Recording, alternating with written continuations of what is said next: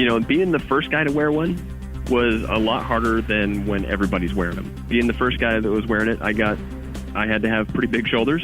I fielded the jokes from looking like a motorcycle cop to, looking like a motorcycle rider to, looking like a Power Ranger. Enchanted Sky Media.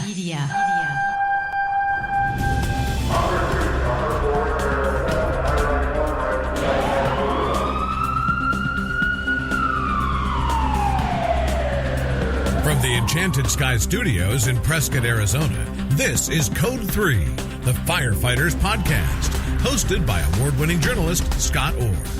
Code 3 features interviews with leading members of the fire service, discussing firefighting strategies, tactics, and other topics you need to know more about. Now, here's Scott. That's right, and I will not let Parkinson stop me. Thank you for joining me again here on Code 3. You are listening to the show for and about firefighters. Let's get started. The battle over the traditional fire helmet versus what I'll call the Eurohelmet is growing as more U.S. departments make the switch. It's hard to nail down exactly why firefighters are unhappy about wearing these new helmets. It's hard to nail down exactly why firefighters are unhappy about wearing these new helmets. They're safer, they weigh less, they offer better eye protection, and they work better with SCBA. Now, the older style's undoubtedly iconic, but is that a reason to keep wearing them? Here to explain why his department chose the Eurostyle helmets is Jerry Helm. Jerry is a training and recruitment captain with Central Whidbey Island Fire and Rescue in Washington State. It's a combination department. Jerry headed up the effort to study and ultimately make the change to these new helmets. And Jerry Helm, welcome to Code 3. Thank you. Thank you for the invite. Appreciate it. Now, you haven't always been a fan of what we're calling the Eurohelmet. Why not? To be honest, the original fire helmet it's an emotional attachment for it. It was a symbol of my dad. My dad started in the fire service years ago. There was some emotional attachment for it. It reminded me of him. And I think there are probably a lot of other firefighters who have similar feelings for various different reasons. But when did you start to change your opinion? After the original helmet I got was not the Heroes Titan that I got. It was a different model made by Rosenbauer, and I demoed that model and quickly found that I was able to do things in that helmet that I wasn't able to do in the other helmet. For instance, I was able to look up without my helmet hitting the back of my air tank. Crawling was a lot easier. Our entanglement prop that we have set up, I was able to crawl through that without getting the big brass eagle hung up on the front on all the wires and stuff. So it wasn't until I actually wore it, that I wore it, that I actually thought, wow, I should really take a hard look, a second look at this. So did you test all these elements, or while you were wearing it, did you discover these things?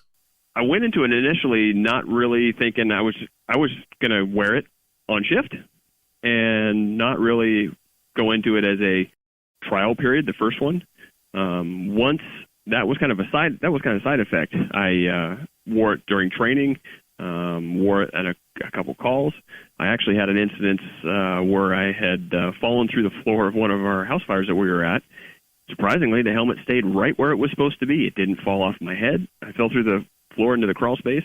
The helmet stayed on my head. It didn't rip my mask off. The added points of contact for the chin strap secured the helmet solely to my head, and it never shifted once on me. So, through the course of trying it, I found that it performed better.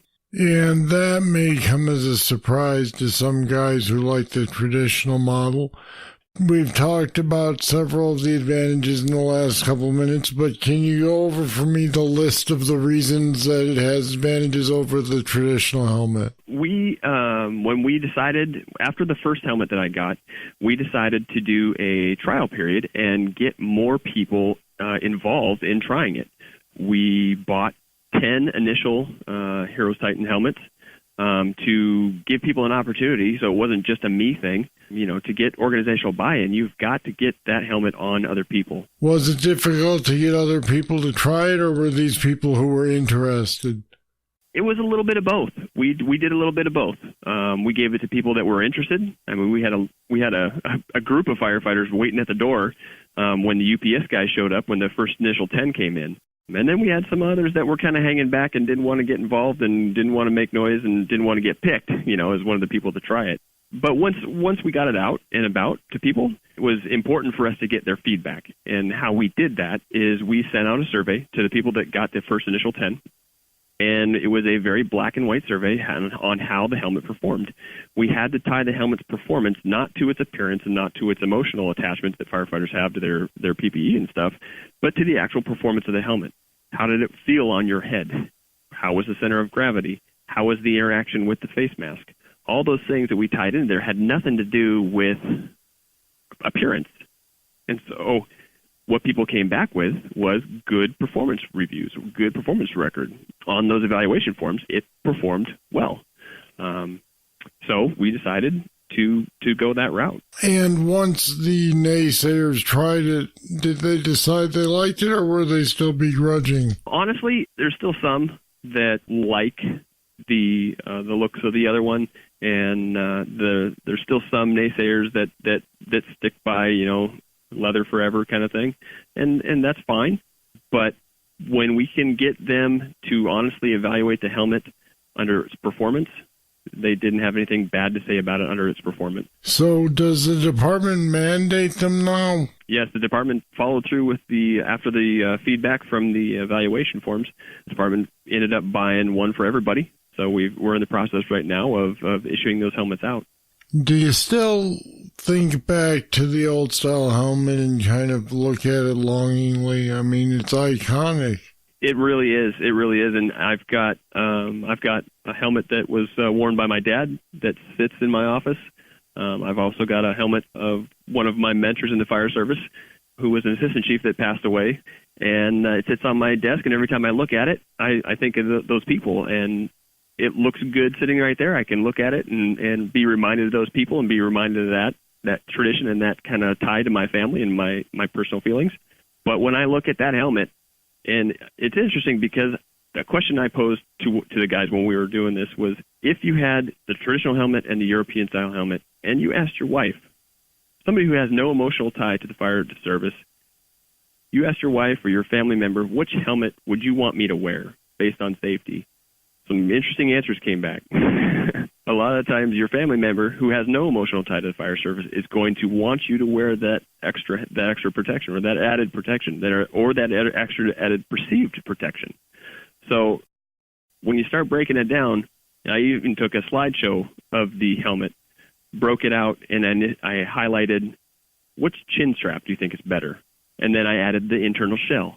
Which internal shell and chin strap do you think is better? And then I added just the eye protection. Which eye protection options do you think are better? And everybody would, which one everybody would pick. And then the last slide was the outer shells added. And magically, people's answers changed from European style helmet to the traditional style helmet. So once we got people to recognize that their decisions were solely based on appearance and not necessarily on functionality, we were able to gain some ground on people on the buy-in. It has to be a little frustrating from your point of view, having been somebody who's changed your mind, to see people saying, yeah, but still, I don't want the new ones. A lot of the time, it's not necessarily frustrating for me. A lot of the times people don't know what they don't know, and unless you have tried it, you don't know, and we're selling ourselves short, I think, in the fire service in general, if we don't look outside of our own doors, if we don't look outside of our own county, if we don't look outside of our own state. The fire service is much bigger than what's going on inside our own department. And if we don't look what other people are doing and at least give it a fair shot at an evaluation, we're selling ourselves short. I even had guys, I'm gonna cut ear holes in it so I can hear. Hearing came up as a potential area. I'll take a hole saw and cut holes in the side of it. Well, what we found out is hearing's not a problem. It's kind of a running joke now that hearing is affected, but we like to tease the guys that said that. But you know how that firehouse banter goes. Any reaction from the public? Not necessarily the public. Being the first guy to wear one, was a lot harder than when everybody's wearing them. Being the first guy that was wearing it, I had to have pretty big shoulders. I fielded the jokes from looking like a motorcycle cop to, looking like a motorcycle rider to, looking like a Power Ranger, or the typical Spaceballs reference to Lord Helmet in Spaceballs movies. So, I had to have pretty big shoulders when I brought that first one in. And we still get that occasionally from, some of the naysayers from surrounding departments and who have not worn one and have not evaluated its performance. And they're making those judgments based on purely on looks and appearance. So if you do make that decision to at least try it, try to have big shoulders and try to have that water run off your back a little bit, so to speak, because those comments will come. Anytime there's big change, that there's a little bit of fear in there for a lot of people. I imagine there is, but it looks like they're the way of the future. So, Jerry Helm, thanks for filling us in on how things went. It was my pleasure. Thank you very much. And like I said, if anybody has any questions or would like copies of our helmet evaluation forms, I'd be glad to send those out. And we put some more information about the pros and cons of European-style fire helmets on our website at code3podcast.com/Eurohelmets. Check it out. After our recent show on roof reports where Gibby Gorman said he'd been looking for a good acronym to sum them up, we heard from Jeremiah King at the Central Arizona Fire and Medical Authority. He mailed about his department's roof report acronym.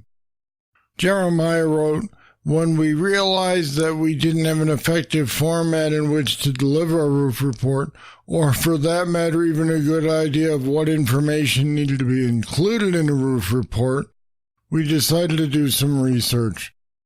The one acronym they found was not a common word and they found it too hard to remember, so they developed their own. It's PRINT. PRINT stands for Parapet, Roof Construction, Identify Dead Loads, Natural Ventilation Points, and Truss Direction. It works for them. Maybe you want to give it a shot yourself. Thanks, Jeremiah." All right, that's it. That's all for this edition of Code 3. This time we talked about the merits of modern European-style fire helmets over the iconic traditional ones. This time we talked about the merits of modern European-style fire helmets over the iconic traditional ones. Where do you stand? Why, especially if you want to keep the current style? I'd like to know. Just email me, scott@code3podcast.com, or leave a voicemail at 562-337-9902. Thank you for listening. I'll be back next time with more, and I hope you'll join me. I'm Scott Orr, and until then, stay safe. Code 3 is a production of Enchanted Sky Media. To contact us, get more information on today's topic, or subscribe to the podcast, go to code3podcast.com.